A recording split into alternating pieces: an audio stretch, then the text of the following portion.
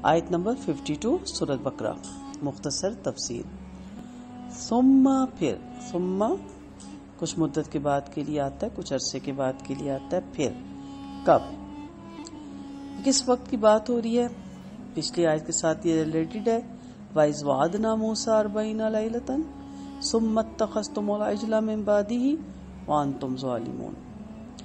اور ہم نے حضرت موسیٰ علیہ السلام سے 40 راتوں کا وعدہ کیا، پھر تم نے اس کے بعد بچڑا پوجنا شروع کر دیا اور ظالم بن گئے.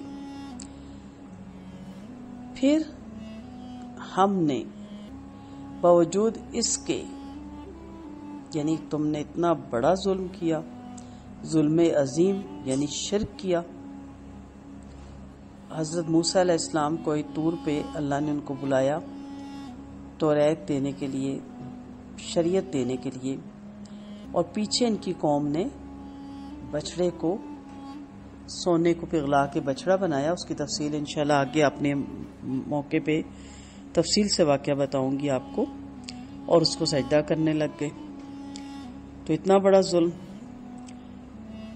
اس کے باوجود اللہ تعالیٰ نے اس قوم پہ جو احسانات ابھی بھی دہرائے جا رہے ہیں، یاد کروائے جا رہے ہیں اس قرآن کریم میں، نبی کریم صلی اللہ علیہ وسلم ان کو بتا رہے ہیں، یہی تھا کہ اتنے بڑے بڑے گناہوں سے بھی اللہ تعالیٰ نے درگزر سے کام لیا.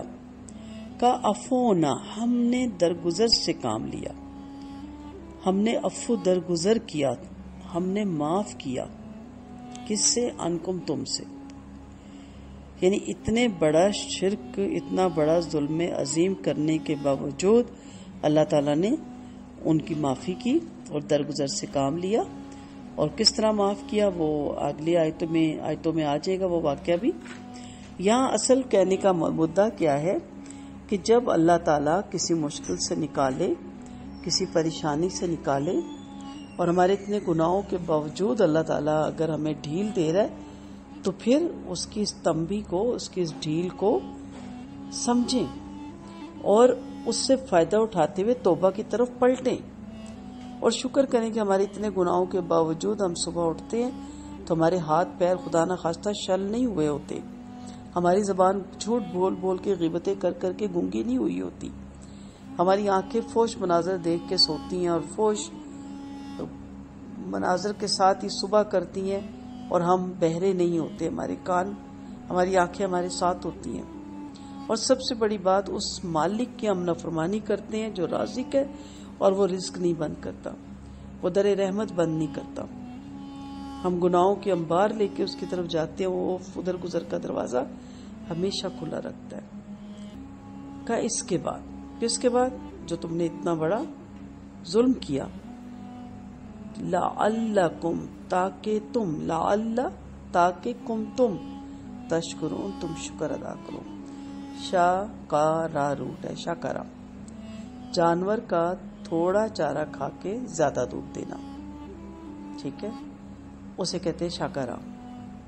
انسان کے لیے لفظ کیا ہے کہ انسان کو تو اللہ نے بہت نوازا ہے، لیکن شکر ادا کریں کہ اللہ کی اس قدر نعمتیں، اور اس کے جواب میں آپ کو صرف شکر کا ایک کلمہ کہنا ہے نا. جیسے موسیٰ علیہ السلام کی حکایت ہے، روایت ہے کہ کہا اللہ تعالیٰ میں تیرا شکر ادا کرنے سے قاصر ہوں، یہ شکر کے الفاظ بھی تو نے مجھے عطا کیے. تو اللہ نے کہا بس شکر ادا ہو گیا. جب آپ یہ ایکسیپٹ کر لیں کہ ہم اب رب کا شکر ادا کرنے سے قاصر ہیں تو وہ لمحہ ہوتا ہے شکر کا. ورنہ تو جی شکر ہے جی، اللہ کا بڑا کرم ہے، شکر ہے جی، اور ساتھ ہی دکھڑے رونا. شکر زبان سے الفاظ دہرانے کا نام نہیں، دل کی کیفیت کا نام ہے کہ اللہ تعالیٰ شکر کہ میں اتنے گناہوں کے باوجود تو مجھ پہ اپنی روزی بند نہیں کرتا، تو در رحمت بند نہیں کرتا، تو توبہ کا دروازہ بند نہیں کرتا. تو یہاں پہ اس واقعے کی طرف اشارہ ہے کہ اس کے بعد ہم نے تمہیں معاف کیا تاکہ تم شکر ادا کرو. یعنی نہ کہ اتراؤ اور اس خوش فہمی میں مبتلا ہو جاؤ کہ اللہ تعالیٰ ہمیں پکڑ نہیں رہا تو شاید ہم اللہ کے بڑے ہی چنے ہوئے بندے ہیں. اللہ ڈھیل دیتا ہے، اللہ موقع دیتا ہے، اپنے بندے کے لیے در رحمت کھلا رکھتا ہے تاکہ اس کا بندہ لوٹ آئے. تو شکر کہ اس نے توبہ کی جو دروازے کھلے رکھے، شکر کہ اس نے توفیق دے دی توبہ کرنے کی، یہ بھی اس کی بہت بڑی نعمت ہے. وآخر دعوانا ان الحمد للہ رب العالمین.